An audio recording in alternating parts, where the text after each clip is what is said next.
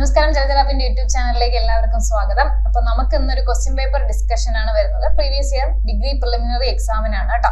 അതായത് 2021 നടന്ന രണ്ടാമത്തെ സ്റ്റേജിൽ നടന്ന എക്സാമിന്റെ ക്വസ്റ്റ്യൻ പേപ്പർ ആണ്. അപ്പൊ നമുക്കിനി മെയ് 24 നമുക്ക് എക്സാം വരുന്നുണ്ട്, അതായത് പ്രിലിമിനറി എക്സാം വരുന്നുണ്ട്. അപ്പൊ അതിന് മുന്നോടിയായിട്ട് നമ്മൾ എന്ത് ചെയ്യാം, കഴിഞ്ഞ പ്രാവശ്യങ്ങളിൽ നടന്ന ഡിഗ്രി പ്രിലിമിനറി എക്സാമുകളുടെ ക്വസ്റ്റ്യൻ പേപ്പർ ഒന്ന് ജസ്റ്റ് ഓടിച്ച് നോക്കുകയാണ്. അപ്പൊ നിങ്ങൾ ഒരുപാട് മോക്ക് ടെസ്റ്റ് ചെയ്തവരായിരിക്കും, ഈ ക്വസ്റ്റ്യൻ പേപ്പർ തന്നെ പലതവണ ചെയ്തവരായിരിക്കും. എങ്കിലും നമുക്കത് കാണുമ്പോൾ അത് നമുക്ക് ഓക്കെ ആണ്, നമുക്ക് ഓർമ്മയുണ്ടോ എന്ന് ജസ്റ്റ് ഒന്ന് ചെക്ക് ചെയ്യാൻ വേണ്ടിയിട്ടാണ്. അതിൽ മാത്സും ഇംഗ്ലീഷും ഒന്നും എടുത്തിട്ടില്ല, നമ്മുടെ GK പോർഷൻ മാത്രമേ എടുത്തിട്ടുള്ളൂ. അപ്പൊ എന്ത് ചെയ്യാം, നിങ്ങൾ ഇത് ചെയ്തിട്ടുണ്ടാവും എന്ന് വിശ്വസിക്കുന്നു. എങ്കിൽ കൂടി എന്ത് ചെയ്യാം, നമുക്ക് ആ ക്വസ്റ്റ്യൻ കാണുമ്പോൾ അതിന്റെ ആൻസർ ഒന്ന് മനസ്സിലാക്കാൻ വേണ്ടിയിട്ടാണ് കേട്ടോ. അപ്പം 2-3 ദിവസം നമുക്ക് ഇനി എന്ത് ചെയ്യാം, മെയ് 24 എക്സാമിന് മുന്നേ വരെ നമുക്ക് കുറെ എന്ത് ചെയ്യാം, POEQകൾ ക്വസ്റ്റ്യൻ ഇങ്ങനെ ചെയ്തുകൊണ്ടിരിക്കാം. കൂടുതലും സ്റ്റേറ്റ്മെന്റ് ടൈപ്പ് ഒക്കെ ആണല്ലോ വരുന്നത്. അപ്പോൾ കുറച്ചധികം POEQകൾ നമുക്ക് ചെയ്ത് നോക്കാം. അപ്പം ഇത് ഞാൻ ഇന്ന് എടുത്തേക്കുന്നത് കഴിഞ്ഞ തവണ നടന്ന സെക്കൻഡ് ടെസ്റ്റിന്റെ, അതായത് ഡിഗ്രി പ്രിലിമിനറി എക്സാമിന്റെ സ്റ്റേജ് 2 എക്സാം ആണ് നമ്മൾ ഇന്ന് എടുത്തേക്കുന്നത്. 2021 നടന്നതാണേ.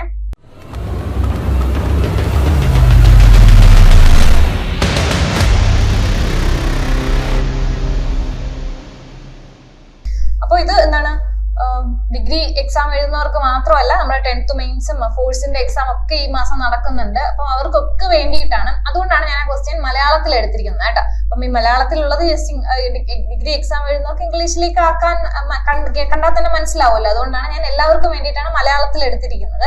അതായത് 10th ഒന്നും ഇംഗ്ലീഷിലല്ലല്ലോ, അതുകൊണ്ട് എല്ലാവർക്കും ഉപയോഗപ്പെടാൻ വേണ്ടിയിട്ടാണ് ഞാനത് മലയാളത്തിൽ എടുത്തിരിക്കുന്നത് കേട്ടോ.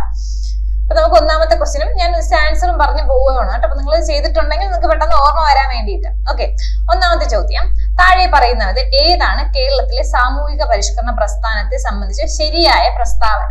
നമ്മൾ എപ്പോഴും ക്വസ്റ്റ്യൻ എഴുതുമ്പോൾ നമുക്ക് ആ ക്വസ്റ്റ്യൻ വായിക്കുമ്പോൾ, ആ വാക്കുകൾ വായിക്കുമ്പോൾ തന്നെ ഇത് നമുക്ക് അറിയാം എന്നുള്ള ഇതിന്റെ ഒരു ഇതില് തെറ്റായ പ്രസ്താവനയാണോ ശരിയായ പ്രസ്താവനയാണോ എന്ന് മിക്കവർക്കും തെറ്റിപ്പോകാറുണ്ട് കേട്ടോ.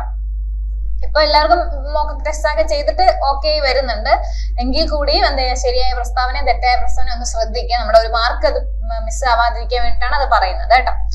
ഒന്നാമത്തെ ഓപ്ഷൻ എന്താണ്? പാശ്ചാത്യരുടെ സ്വാധീനത്തിൽ മധ്യവർഗമാണ് ഇത് ആരംഭിക്കുകയും നയിക്കുകയും ചെയ്തത്. അവർക്ക് പരമ്പരാഗത സ്ഥാപനങ്ങൾ, വിശ്വാസങ്ങൾ, സാമൂഹിക ബന്ധങ്ങൾ എന്നിവയോട് വിമർശനാത്മകമായ മനോഭാവം ഉണ്ടായിരുന്നു. അടുത്തത്, അവർ ജാതി വ്യവസ്ഥയെ അപൂർവമായി വിമർശിച്ചു. ഓക്കെ, അപ്പൊ ഇതെന്താണ് ചോദിച്ചിരുന്നത്? കേരളത്തിലെ സാമൂഹിക പരിഷ്കരണ പ്രസ്ഥാനത്തെ സംബന്ധിച്ച് ശരിയായ പ്രസ്താവനയാണ് ചോദിച്ചിരിക്കുന്നത് കേട്ടോ. അപ്പൊ ഒന്നാമത്തെ ഉത്തരം വരുന്നത് 1ഉം 2ഉം ആണ് കേട്ടോ. 1ഉം 2ഉം ആണ് കേട്ടോ. A ആണ് ഓപ്ഷൻ വരുന്നത്, 1ഉം 2ഉം മാത്രം. അവർ ജാതി വ്യവസ്ഥയെ അപൂർവമായി വിമർശിച്ചു, അതാണ് ഒഴിവാക്കേണ്ടത്. ബാക്കി രണ്ടും ശരിയായ പ്രസ്താവനയാണ്. അടുത്ത നമ്മുടെ ക്വസ്റ്റ്യൻ നോക്കാം. രണ്ടാമത്തെ ചോദ്യം, അഭിനവ ഭാരത യുവക് സംഘം സ്ഥാപിച്ചത് ആര് എന്നാണ്? EMS ഉണ്ട്, ദാമോദരൻ, P കൃഷ്ണപിള്ള, AV കുഞ്ഞമ്പു. നമ്മുടെ ഉത്തരം എന്ന് പറയുന്നത് AV കുഞ്ഞമ്പു ആണ് കേട്ടോ. അടുത്ത്, 1930കളിൽ സ്ത്രീകൾ കൂടുതലായി പങ്കെടുത്ത കേരളത്തിലെ രാഷ്ട്രീയ സംഭവങ്ങളുടെ പട്ടിക താഴെ കൊടുത്തിട്ടുണ്ട്. അതില് ശരിയായത് നോക്കി എഴുതാൻ വേണ്ടിയിട്ടാണ് കേട്ടോ. ഗാന്ധിജിയുടെ കൺസ്ട്രക്റ്റീവ് പ്രോഗ്രാം ആരാണ്? TC കൊച്ചുകുട്ടിയമ്മ. ചാലപ്പുറം ഗവൺമെന്റ് സ്കൂളിലെ വിദ്യാർത്ഥികളുടെ സമരം ജയലക്ഷ്മി. ക്ഷേത്രപ്രവേശന പരിപാടി PM കമലാവതി. പിന്നെ മുകളിൽ പറഞ്ഞവയെല്ലാം എന്നാണ് പറഞ്ഞേക്കുന്നത്. ഉത്തരം A ആണ് കേട്ടോ, മുകളിൽ പറഞ്ഞവയെല്ലാം. ഓക്കെ, അതായത് ഗാന്ധിജിയുടെ കൺസ്ട്രക്റ്റീവ് പ്രോഗ്രാം വരുന്നുണ്ട്, ചാലപ്പുറം ഗവൺമെന്റ് സ്കൂളിലെ വിദ്യാർത്ഥികളുടെ സമരം വരുന്നുണ്ട്, ക്ഷേത്രപ്രവേശന പരിപാടി വരുന്നുണ്ട്. ഈ ആൾക്കാരുടെ പേരൂടെ ഒന്ന് ഓർത്തിരിക്കുക. അടുത്തത്, 4ാമത്തെ ചോദ്യം നോക്കാം. ബംഗാൾ വിഭജനവുമായി ബന്ധപ്പെട്ട് താഴെ പറയുന്ന പ്രസ്താവനകൾ ശരിയായത് ഏതെന്നാണ് കേട്ടോ. ബംഗാൾ പ്രവിശ്യ വിഭജിക്കാനുള്ള ഉത്തരവ് ആര്? കഴ്സൺ റാവു പുറപ്പെടുവിച്ചു. ഇത് ദേശീയതയുടെ വർദ്ധിച്ചു വരുന്ന വേലിയേറ്റം തടയാൻ ഉദ്ദേശിച്ചിട്ടുള്ളതായിരുന്നു. മതപരമായ അടിസ്ഥാനത്തിൽ ഇന്ത്യക്കാരെ വിഭജിക്കാനുള്ള ശ്രമമായി അതിനെ ഇന്ത്യൻ ദേശീയവാദികൾ കണ്ടില്ല. ഇത് നമ്മുടെ ഡിഗ്രി പ്രിലിമിനറി ആയതുകൊണ്ട് തന്നെ English question paper Google translate ചെയ്തിട്ടാണ് മലയാളത്തിലാക്കിയിരിക്കുന്നത്. അപ്പൊ അതിന്റെ ചെറിയ ഒരു പ്രശ്നങ്ങളൊക്കെ വരും, നമുക്ക് മലയാളം വായിക്കുമ്പോൾ ഒരു സുഖമില്ലായ്മയൊക്കെ തോന്നും കേട്ടോ. അപ്പൊ 4ാമത്തതിന്റെ ഉത്തരം B ആണ്, 1ഉം 2ഉം ആണ് വരുന്നത്.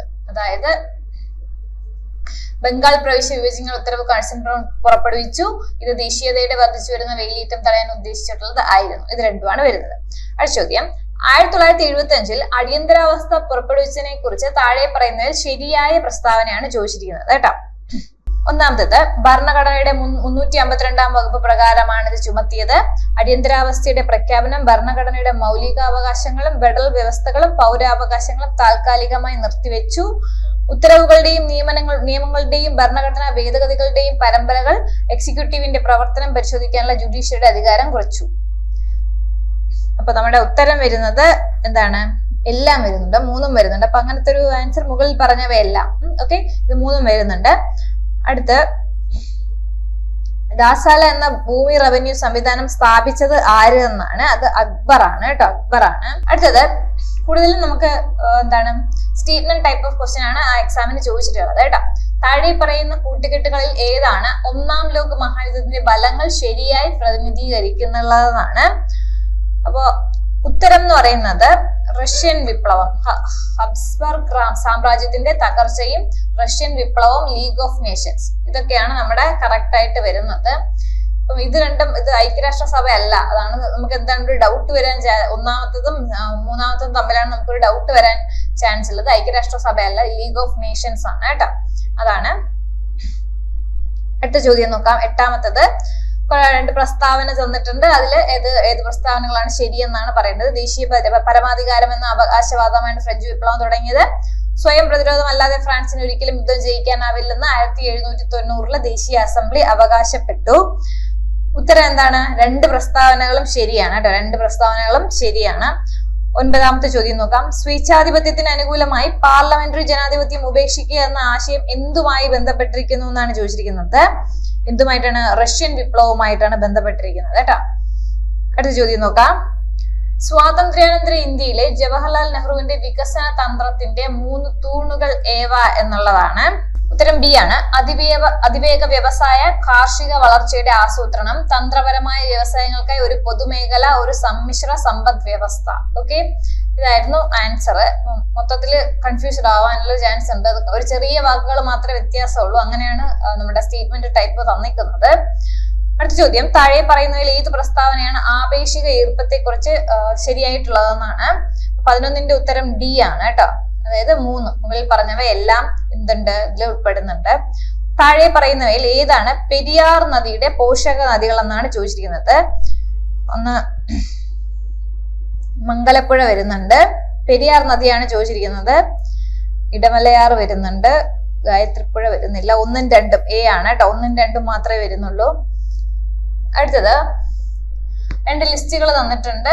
ഹിമാലയത്തിലെ ഡിവിഷനുകളും അതിന്റെ നദികളും തന്നിട്ടുണ്ട്. അത് അനുസരിച്ച് എന്ത് ചെയ്യുക, നമ്മള് ചേരുംപടി ചേർക്കാൻ വേണ്ടിയിട്ടാണ് ചോദിച്ചിരിക്കുന്നത്. പഞ്ചാബ് ഹിമാലയം എന്ന് പറയുന്നത് ഇൻഡസ് ടു സത്ലജ് ആണ് അല്ലെ, ഇൻഡസ് ടു സത്ലജ് ആണ്.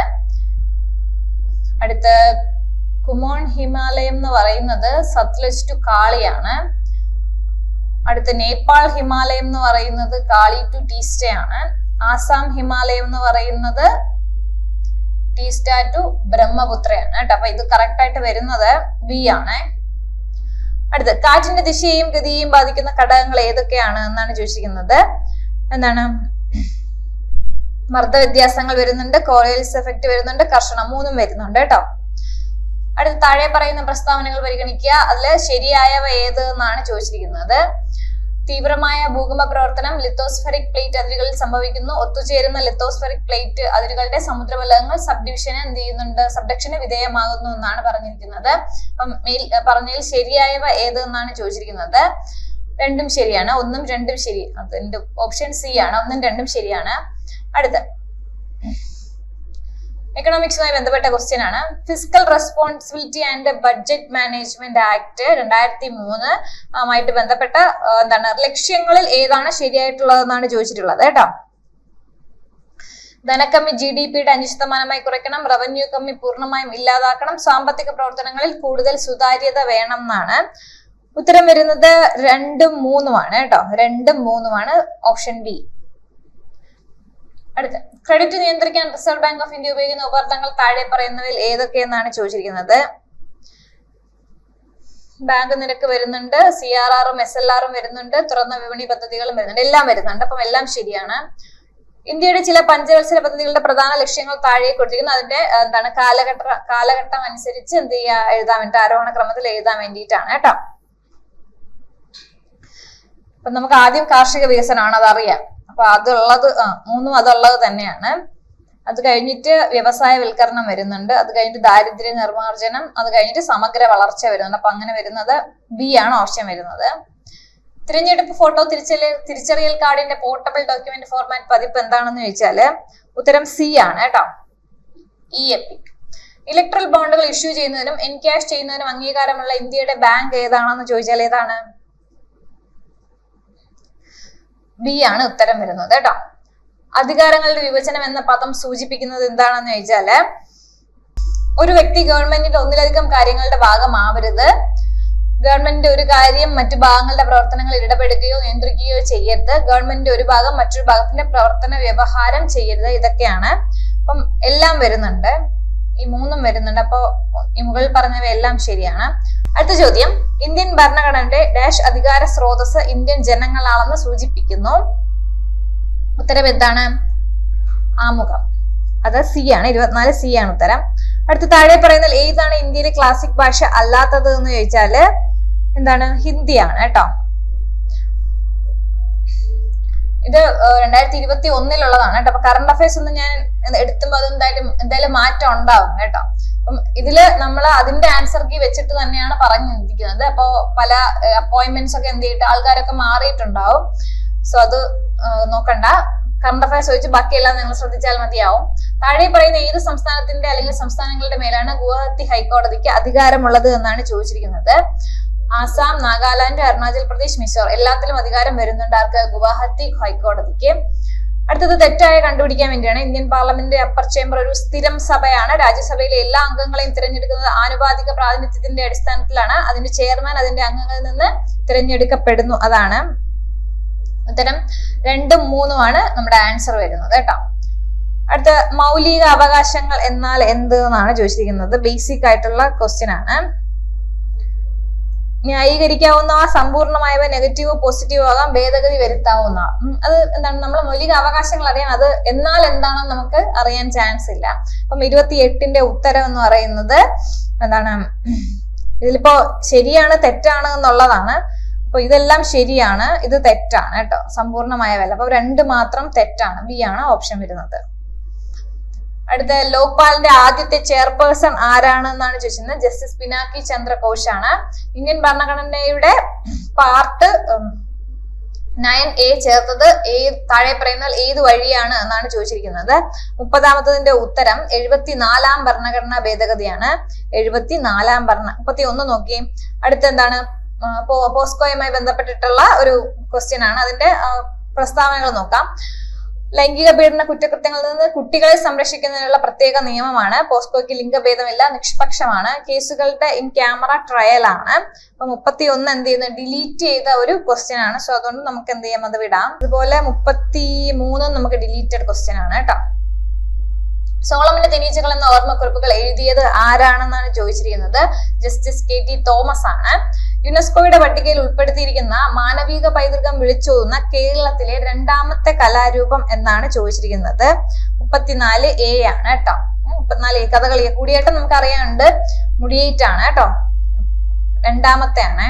താഴെ പറയുന്നവയിൽ ഏതാണ് ഇന്ത്യൻ തിരഞ്ഞെടുപ്പ് കമ്മീഷന്റെ അവകാശങ്ങളിൽ പെടാത്തത് എന്നാണ് ചോദിച്ചിരിക്കുന്നത്. തിരഞ്ഞെടുപ്പിൽ എത്ര പാർട്ടികൾക്ക് മത്സരിക്കാൻ കഴിയും എന്ന് തീരുമാനിക്കാനുള്ള അവകാശം. ഓക്കെ, പെടാത്തതാണ് ചോദിച്ചിരിക്കുന്നത്, അതുകൊണ്ടാണ് കേട്ടോ.